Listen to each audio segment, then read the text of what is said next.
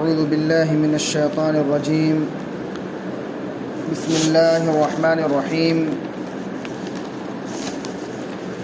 الحمد لله رب العالمين وبه نستعين وصلى الله على نبينا محمد وعلى آله وصحبه أجمعين. أما بعد.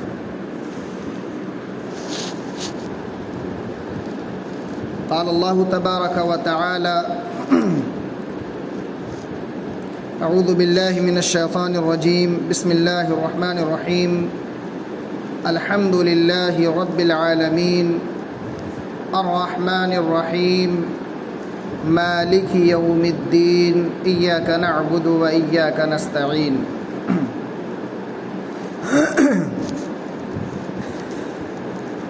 محترم مصلیان کرام،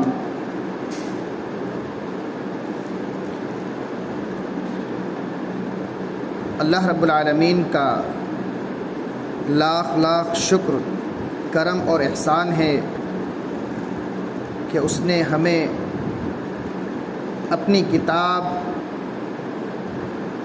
کو سمجھنے اور سمجھانے کی توفیق بخشی۔ اللہ رب العالمین سے دعا ہے کہ الہ العالمین تو ہمیں تیری کتاب کو صحیح طریقے سے سمجھنے کی توفیق عطا فرما، آمین۔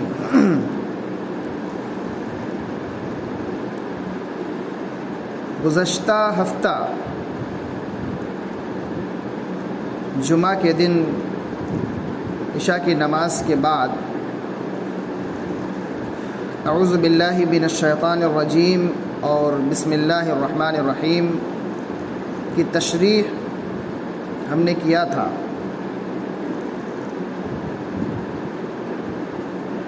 وقت کافی ہو جانے کی وجہ سے سورۃ الفاتحہ کی تفسیر اور اس کی تشریح نہ ہو پائی تھی۔ انشاءاللہ جہاں تک ہو سکے گا آج کوشش کریں گے۔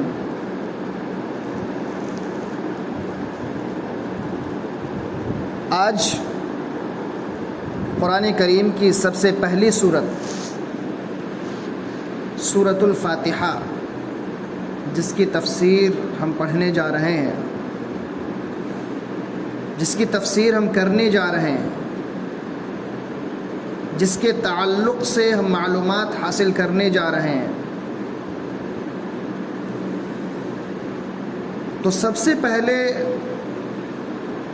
ہمیں یہ معلوم کرنا چاہیے کہ سورۃ الفاتحہ یہ مکی ہے یا مدنی؟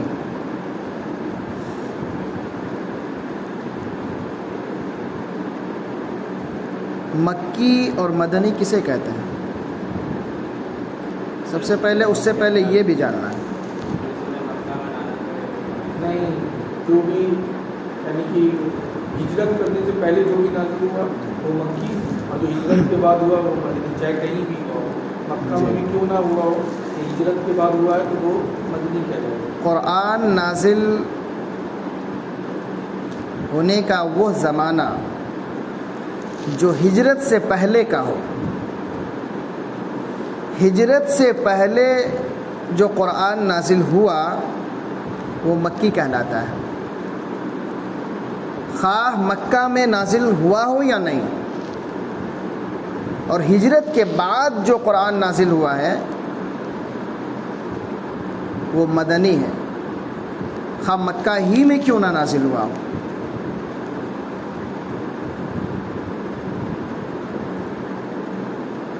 جیسا کہ صلح حدیبیہ کے موقع پر یا فتح مکہ کے موقع پر یا حجۃ الوداع کے موقع پر جو آیات نازل ہوئیں، جو صورتیں نازل ہوئیں، وہ سب کے سب مدنی کہلائیں گی،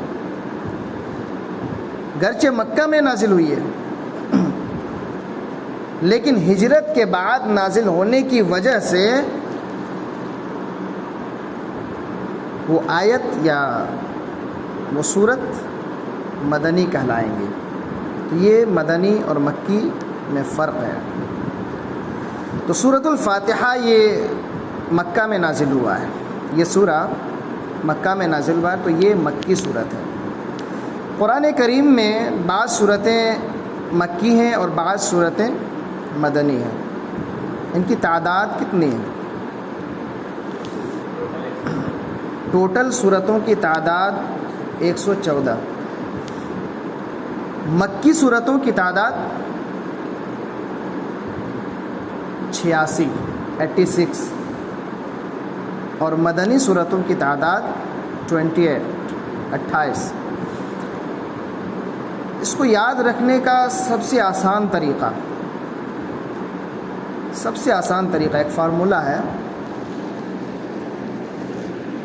وہاں آپ بورڈ پہ لکھیں 286۔ سورۃ البقرہ میں ٹوٹل آیت کتنی ہے؟ 286 میں سے 2 ہٹا دیں، 86 یہ مکی صورت ہے، 2 ایڈ کر کے لاسٹ 6 ہٹا دیں، 2 ایڈ نہیں، ہاں لاسٹ 6 ہٹا دیں، 28۔ یہ سب سے آسان طریقہ ہے۔ 286 میں 2 ہٹانا ہے، اس کا 86 بچنا ہے۔ سورۃ البقرہ میں ٹوٹل آیت 286، یاد رکھنے کے لیے یہ ہے 2 ہٹا دے تو 86 ہوگا، یعنی کہ مکی صورت کی تعداد 86 ہے، اور لاسٹ سے 6 ہٹا دیں 2 پہلے والا تو 28 ہوگا۔ تو ٹوٹل مکی صورتوں کی تعداد 86 ہے اور مدنی صورتوں کی تعداد 28 ہے۔ تو سورۃ الفاتحہ یہ قرآن کریم کی سب سے پہلی صورت ہے۔ فاتحہ کا مطلب آغاز ہوتا ہے، ابتدا، اسی وجہ سے اس صورت کا نام فاتحۃ الکتاب بھی ہے۔ سورۃ الفاتحہ اسی لیے کہتے ہیں، اصل نام کیا؟ فاتحۃ الکتاب، یعنی کتاب کا آغاز اسی صورت سے ہو رہا ہے۔ اور اس کی اہمیت کا اندازہ اس بات سے بھی لگا سکتے ہیں کہ اللہ رب العالمین نے قرآن کریم کے اندر فرمایا، اللہ کے نبی صلی اللہ علیہ وسلم کو مخاطب کر کے، وَلَقَدْ آتَيْنَاكَ سَبْعًا مِّنَ الْمَثَانِي وَالْقُرْآنِ، تحقیق کہ ہم نے آپ کو 7 بار بار دہرائی جانے والی چیز عطا کیا۔ ہم نے آپ کو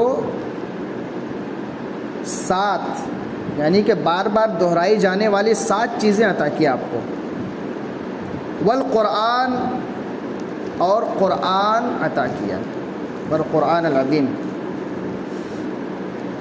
تو ذرا اس آیت میں غور کیجئے کہ کیا سورہ فاتحہ قرآن میں شامل نہیں ہے؟ یقیناً شامل ہے، لیکن اللہ رب العالمین نے کیا فرمایا؟ ہم نے آپ کو 7 ایسی چیزیں عطا کی جو بار بار دہرائی جانے والی ہیں، اور قرآن عظیم عطا کیا۔ اس سے تو یہی معلوم ہو رہا ہے کہ قرآن الگ ہے اور 7 وہ چیزیں جو بار بار دہرائی جاتی ہے وہ الگ ہے۔ نہیں، اللہ رب العالمین جب کسی چیز کی اہمیت کو اجاگر کرنا چاہتا ہے، اس کی اہمیت بتلانا چاہتا ہے، تو الگ سے اس کا ذکر کرتا ہے۔ اس کی دوسری مثال سورۃ القدر کے اندر لیلۃ القدر کے تعلق سے اللہ رب العالمین نے فرمایا، تنزل الملائکۃ والروح، لیلۃ القدر میں فرشتوں کا نزول ہوتا ہے اور روح یعنی جبرائیل علیہ السلام بھی اترتے ہیں۔ تو جب فرشتوں کا ذکر کیا تو کیا جبرائیل علیہ السلام فرشتوں میں شامل نہیں ہے، لیکن ان کی اہمیت بتلانا مقصود ہے۔ اسی طرح اللہ رب العالمین نے یہاں 7 من المثانی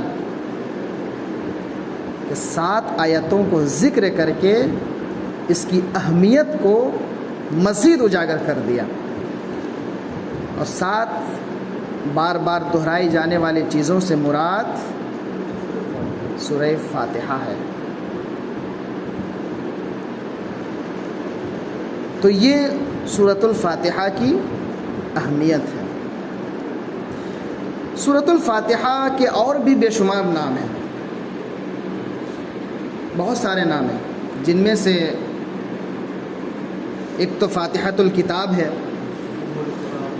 ام القرآن ہے، اساس القرآن ہے، الکافیہ، الشافیہ، الشفا، الحمد، الشکر، یہ سب سورۃ الفاتحہ کے نام ہیں۔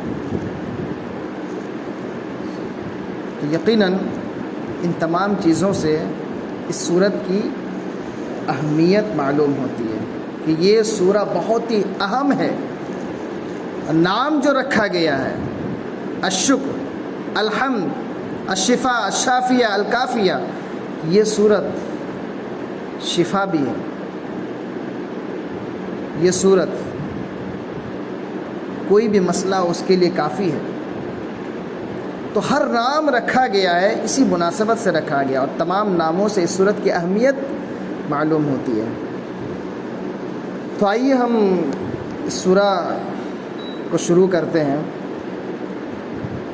اعوذ باللہ من الشیطان الرجیم، بسم اللہ الرحمن الرحیم، الحمد للہ رب العالمین۔ تو اعوذ باللہ اور بسم اللہ کی تفسیر ہو چکی ہے۔ الحمد للہ رب العالمین، یہ تمام تعریفیں اللہ رب العالمین کے لیے ہیں۔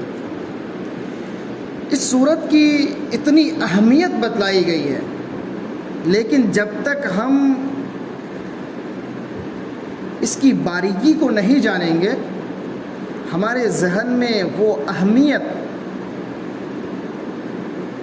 اور اس اہمیت کا اندازہ نہیں ہوگا، ہم معلوم نہیں کر سکیں گے کہ کتنی اہمیت کے حامل ہے یہ سورت۔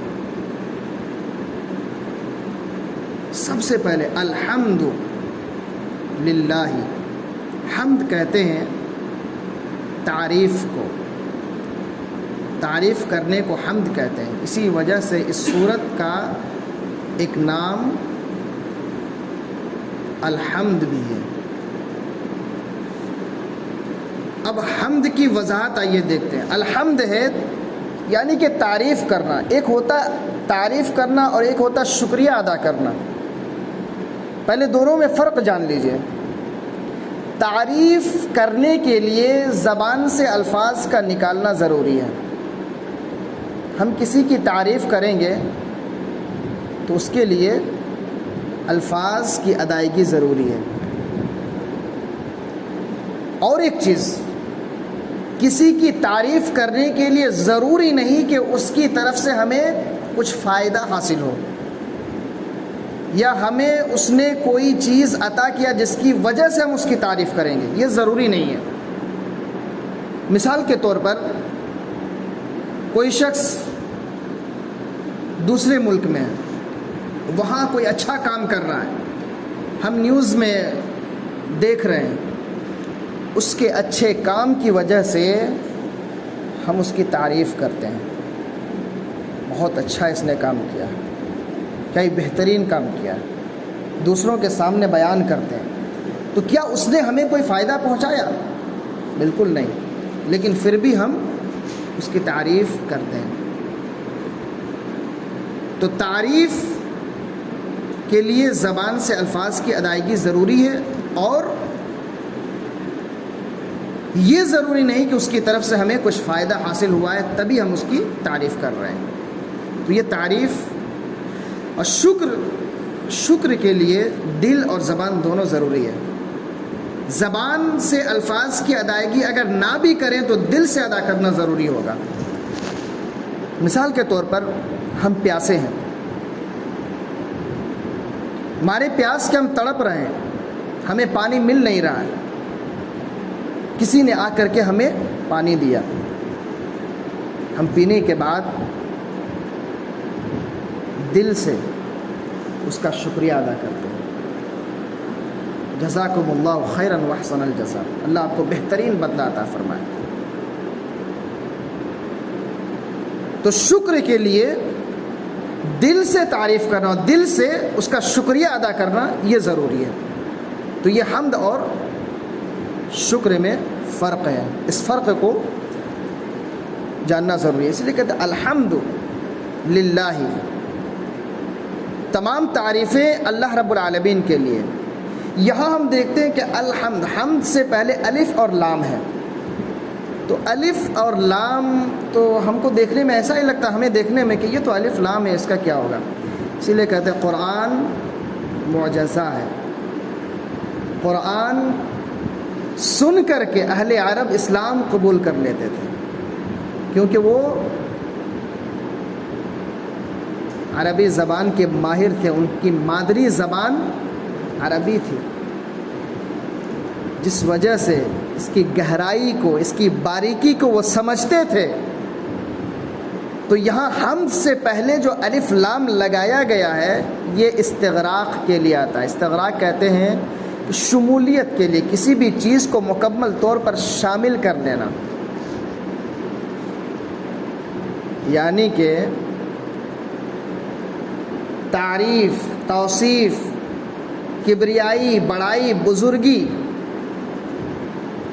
کی جتنی بھی تعریفیں ہیں، جتنی بھی تعریفیں دنیا میں کسی بھی قسم کی تعریف ہو تو تمام کے تمام تعریفیں وہ کس کے لیے؟ اللہ رب العالمین کے لیے. یہ الف اور لام سے معلوم ہوتا ہے. یعنی دنیا میں تعریف کی جتنی بھی قسمیں ہیں، تمام کے تمام قسمیں کس کے لیے؟ اللہ رب العالمین کے لیے. اسی لیے کہتے ہیں، اور اس کا ترجمہ بھی ہوتا ہے الحمدللہ، تمام تعریفیں اللہ رب العالمین کے لیے. ابن جریر رحمۃ اللہ علیہ لکھتے ہیں کہ اللہ رب العالمین نے اپنی تعریف خود بیان کی اور اپنے بندوں کو یہ تعلیم دیا کہ وہ اس کی تعریف کریں. اسی وجہ سے بندے کہتے ہیں الحمدللہ، تمام تعریفیں اللہ رب العالمین کے لیے ہیں. تو ہم اللہ رب العالمین کی تعریف کیوں نہ کریں؟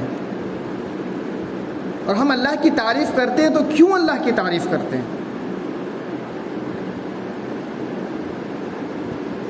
یہ سورہ جب ہم دعا کرتے ہیں تو دعا کے آداب میں سے سب سے پہلا ادب یہ ہے کہ اللہ کی تعریف کی جائے. اور اللہ کی سب سے بہترین تعریف سورۃ الفاتحہ میں کی گئی ہے.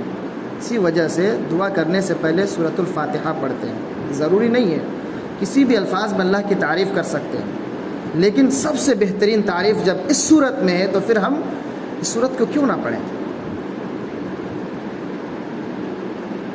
کیونکہ سب سے بہترین تعریف اللہ رب العالمین کی اسی صورت میں کی گئی ہے. اور اگر ہم اس سے بھی زیادہ باریکی میں جائیں تو ہماری زبان سے بے اختیار الحمدللہ نکل پڑے گا. جب ہمیں معلوم ہوگا کہ ہم کیا تھے، رب نے ہمیں کیا سے کیا بنا دیا، جب ہمیں معلوم ہوگا تو خود بخود ہماری زبان یہ بول پڑے گی کہ الحمدللہ، تمام کے تمام تعریفیں اللہ رب العالمین کے لیے. سورہ لقمان کے اندر اللہ رب العالمین نے فرمایا، اپنے جسم کے تعلق سے بعد میں آتے، پہلے اس سے ہٹ کر کے ہم ایک چھوٹی سی چیز، اس چیز کو ہم فضا میں رکھ نہیں سکتے، یہ چیز گر جائے گی. کتنوں ہلکی چیز ہو ہم اس کو رکھ سکتے ہیں؟ نہیں، زمین پہ آ کے گر جائے گی. ذرا غور کیجئے، اللہ رب العالمین نے ایک نہیں 7 آسمان کو بغیر ستون کے، بغیر کھمبے کے، بغیر پلر کے کھڑا کر دیا ہے. اللہ کے علاوہ کوئی ہے جو یہ کام کر سکتا ہے؟ کوئی نہیں. تو ہم تعریف کس کی کریں؟ اللہ رب العالمین کی. اس کے علاوہ بے شمار ایسی چیزیں. اللہ رب العالمین فرماتا خلق السماوات بغیر عمد ترونها. اللہ رب العالمین نے آسمان کو بغیر کھمبے کے پیدا کیا, بغیر ستون کے. وَأَلْقَى فِي الْأَرْضِ رَوَاسِيَ. زمین کو جب اللہ رب العالمین نے پیدا کیا تو وہ ہچکولے کھا رہی تھی, ہل رہی تھی, کیونکہ پانی زیادہ تر ہے. اللہ رب العالمین نے پہاڑ کو میخ بنا دیا زمین کے لیے. تو اتنی بڑی زمین کو کس نے پیدا کیا؟ اللہ رب العالمین نے. تو اللہ کی تعریف ہم نہیں کریں گے تو کس کی تعریف کریں گے؟ جب زمین ہل رہی تھی تو اللہ رب العالمین نے ہماری سہولت کے لیے پہاڑ کو میخ بنا دیا تاکہ زمین ساکت اور خاموش رہے, ہلے نہیں. اللہ اکبر. اور صرف زمین کو خاموش ہی نہیں کیا بلکہ تمام طرح کے جانوروں کو, چرند و پرند کو, کیڑے مکوڑوں کو اللہ رب العالمین نے پیدا کیا. تو ذرا سوچئے کہ جب ہم الحمد کہتے ہیں تو اس کے اندر کتنی گہرائی ہے, کیونکہ ہم اس پروردگار کی تعریف کرتے ہیں جس نے آسمان کو بغیر کھمبے کے پیدا کیا. اس پروردگار کی تعریف کرتے ہیں جس نے زمین کو پیدا کیا. اس پروردگار کی تعریف کرتے ہیں جس نے زمین کو پہاڑ کے ذریعہ خاموش کر دیا. ہم اس پروردگار کی تعریف کرتے ہیں جس نے ہمارے لیے بے شمار جانوروں کو پیدا کیا. ہم اس پروردگار کی تعریف کرتے ہیں جس نے ہمارے لیے جانوروں کے تھنوں سے دودھ نکالا. ہم اس پروردگار کی تعریف کرتے ہیں جس پروردگار نے ہمارے لیے بے شمار چیزیں پیدا کیا, بے شمار چیزیں. تو ہم تعریف کیوں نہ کریں؟ تمام قسم کی تعریفیں کس کے لیے ہے؟ الحمدللہ اللہ رب العالمین کے لیے. تمام طرح کی تعریفیں اللہ رب العالمین کے لیے. اور ایسا کبھی ہوا ہے کہ کسی نے یہ کہا کہ آسمان ایسا نہیں دوسرے طرح کا ہونا چاہیے؟ کیا کبھی کسی نے یہ کہا کہ زمین تو ایسی نہیں ہونی چاہیے؟ کیا کبھی کسی نے اللہ کی پیدائش پر اعتراض کیا ہو؟ کسی نے نہیں. جبکہ ایک انسان جب گھر بناتا ہے یا کوئی اور چیز بناتا ہے, جس چیز میں وہ ماہر ہوتا ہے, کوئی نہ کوئی نقص اور کمی نکال دیتا ہے. لیکن اللہ رب العالمین کی پیدائش میں کسی نے آج تک کوئی کمی نہیں نکالا. کون نکال سکتا ہے؟ کس کے اندر اتنی طاقت ہے, اتنی لیاقت اور صلاحیت ہے کہ وہ اللہ رب العالمین کے خلقت میں وہ نقص اور کمی نکال سکے؟ کسی کے اندر نہیں ہے. خود اللہ رب العالمین نے فرمایا سورۃ الملک کے اندر کہ 7 آسمان کو اللہ رب العالمین نے پیدا کیا. تم اپنی نگاہ کو آسمان کی طرف دوڑاؤ. کیا آسمان میں کوئی خلا نظر آ رہا ہے؟ کیا آسمان میں کوئی فطور نظر آ رہا ہے؟ کوئی بے ضابطگی نظر آ رہی ہے؟ بار بار نگاہ کو دوڑانے کے لیے اللہ رب العالمین نے کہا. آخرکار ہماری نگاہ چدھیا جائیں گی, ہم ذلیل اور رسوا ہو جائیں گے. ہماری نگاہ ذلت و خواری کے عالم میں دوبارہ اپنی طرف لوٹ آئے گی. اللہ رب العالمین کی خلقت میں ہم نقص اور کمی نہیں نکال سکتے ہیں. تو ایسے پروردگار کی تعریف نہ کریں تو کس کی تعریف کریں؟ اس لیے تو الحمدللہ تمام تعریفیں کس کے لیے؟ اللہ رب العالمین کے لیے. وفی انفسکم افلا تبصرون. اللہ رب العالمین نے فرمایا اپنے نفسوں کی طرف نہیں دیکھتے ہو؟ خود اپنے نفسوں کی طرف دیکھو. اللہ رب العالمین کی طاقت کا ہمیں اندازہ ہوگا اگر ہم اپنے جسم کے اعضاء کی طرف دیکھیں گے۔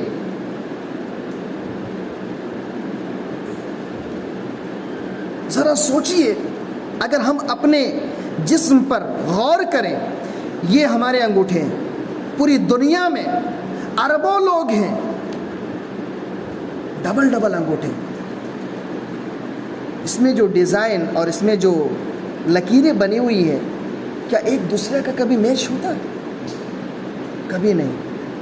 تو وہ پروردگار ہے جس نے ہر انسان کے انگوٹھوں کے ڈیزائن کو بھی الگ الگ بنایا ہے، تو ہم تعریف کس کی کریں؟ اللہ رب العالمین کی۔ کیوں نہ کریں اللہ رب العالمین کی تعریف، کہ جس نے ہمارے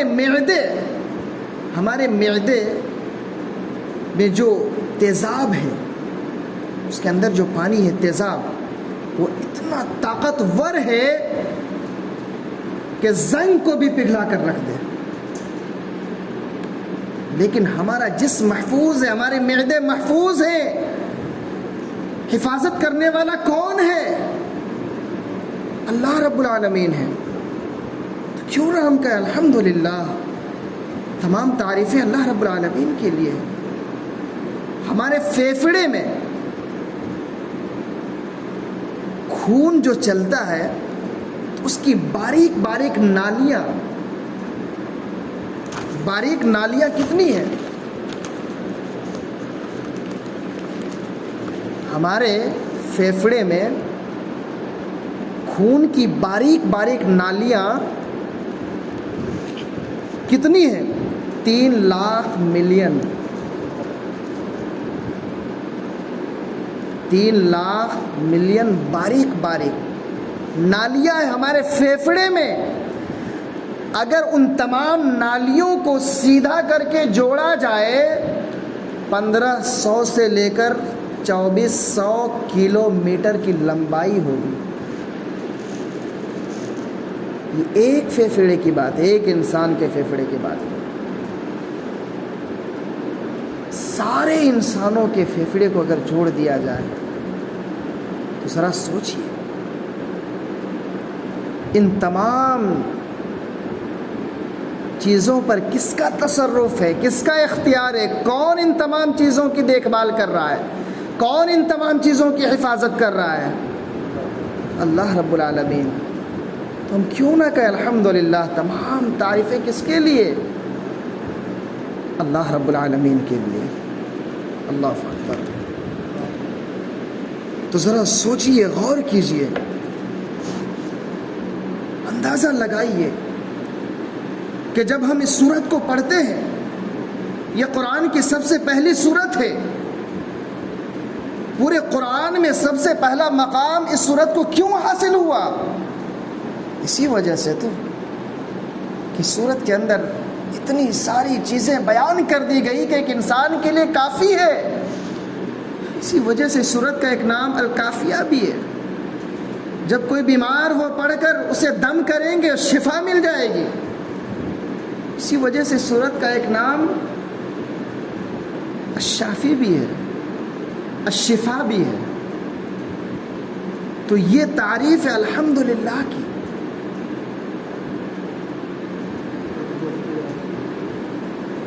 یہ صرف الحمدللہ، رب العالمین تو من لکھا رب العالمین، کہتے ہیں نا اللہ رب العالمین۔ انشاءاللہ رب العالمین کی تشریح سنڈے کے دن ہوگی، کافی وقت ہو گیا۔ تو یہ الحمدللہ، تمام تعریفیں اللہ رب العالمین کے لیے۔ بے شمار ایسی چیزیں ہیں، بے شمار ایسی چیزیں جن چیزوں میں اگر ہم غور کریں گے تو ہماری زبان بے اختیار یہ پکار اٹھے گی الحمدللہ، تمام تعریفیں اللہ رب العالمین کے لیے۔ ہم بھوکوں کو کھانا کھلانے والا کون ہے؟ اللہ۔ تو اللہ کے علاوہ کس کی تعریف کریں؟ اب سمجھنے کے لیے سب سے بہترین آیت اللہ نے کہا وَاعْبُدُوا اللَّهَ وَلَا تُشْرِكُوا بِهِ شَيْئًا، اللہ کی عبادت کرو، اس کے ساتھ کسی اور کو شریک نہ کرنا۔ اب ذرا بتلائیے کہ اللہ رب العالمین تمام گناہوں کو معاف کر سکتا، شرک کو معاف نہیں کرے گا۔ اگر شرک کی حالت میں کسی کی وفات ہو گئی بغیر توبہ کیے ہوئے، وہ انتقال کر گئے، اللہ رب العالمین اسے کبھی نہیں معاف کرے گا۔ اتنی ساری چیزیں اللہ کرتا ہے اور اللہ کے علاوہ کسی اور کی عبادت کی جائے، ایسوں کی عبادت۔ ما یملکون من قطمیر، جو کھجور کی گٹھلی کے چھلکے کے بھی مالک نہیں ہے۔ کھجور تو دور کی بات، گٹھلی تو دور کی بات، اس کے اوپر کا جو ایک دم باریک چھلکا ہوتا ہے اس کے بھی وہ مالک نہیں ہے۔ اسی وجہ سے تو اللہ رب العالمین اس شخص کو کبھی بھی معاف نہیں کرے گا جو شرک کی حالت میں وفات پا جاتا ہے۔ اسی وجہ سے تو کہا ان الشرک لظلم عظیم، شرک سب سے بڑا ظلم ہے۔ سوچیں اتنی ساری چیزیں اللہ کرتا، اللہ کو چھوڑ کر کسی اور کو ہم مانیں گے، اللہ کو چھوڑ کر کسی اور کی عبادت کریں گے، اللہ کو چھوڑ کر کسی اور کی تعریف کریں گے۔ تعریف کا حقدار کون ہے؟ اللہ رب العالمین۔ اسی لیے کہتا ہے الحمدللہ، تمام تعریفیں اللہ رب العالمین کے لیے، تمام تعریفیں اللہ رب العالمین کے لیے۔ تو یہ الحمدللہ تمام تعریفیں اللہ رب العالمین کے لیے۔ انشاءاللہ رب العالمین کی تشریح سنڈے کو ہوگی۔ تو اللہ رب العالمین سے دعا ہے کہ الہ العالمین تو ہم تمام لوگوں کو تیری حقیقت کو پہچاننے کی توفیق عطا فرما۔ اے رب العالمین، یقیناً ساری چیزیں تیرے ہی طرف سے ہیں، سارا اختیار تیرے ہاتھوں میں ہے۔ اللہ کبھی بھی ہمیں شرک کی مذمت گڑھوں میں نہ گرانا۔ اے رب العالمین، اگر ہم سے غلطی سے اپنی زبان سے کوئی ایسے الفاظ نکل جائے جس کی وجہ سے تو ناراض ہو جائے، اللہ تو ہمیں معاف کر دینا۔ اللہم انی اعوذ بک ان اشرک بک وانا اعلم واستغفرک لما لا اعلم۔ اللہ میں تجھ سے پناہ طلب کرتا ہوں کہ میں جان بوجھ کر تیرے ساتھ کسی اور کو شریک ٹھہراؤں۔ اللہ میں اس چیز سے بھی پناہ طلب کرتا ہوں کہ غیر جانبدارانہ طور پر نہ جانتے ہوئے تیرے ساتھ شرک کر بیٹھوں، دوسرے کو شریک کر بیٹھوں۔ اللہ تو ہمیں شرک جیسے عظیم اور سب سے بڑے گناہ سے محفوظ رکھنا۔ اے رب العالمین، قرآن کریم کی صحیح سمجھ عطا فرما، اس کی باریکیوں کو سمجھنے کی عطا فرما۔ اے رب العالمین، اے احکم الحاکمین، ہم تیرے بندے ہیں، اللہ ہم سے خطا ہو جائے، ہماری خطاؤں کو درگزر فرمانا، ہماری غلطیوں کو معاف فرمانا، ہمارے گناہوں کو معاف فرمانا۔ اے رب العالمین، ہمیں کتاب و سنت کے مطابق صحیح سمجھ عطا فرما۔ آمین، تقبل یا رب العالمین۔ والسلام علیکم ورحمۃ اللہ وبرکاتہ۔ سبحانک اللہم وبحمدک، اشہد ان لا الہ الا انت، استغفرک واتوب الیک۔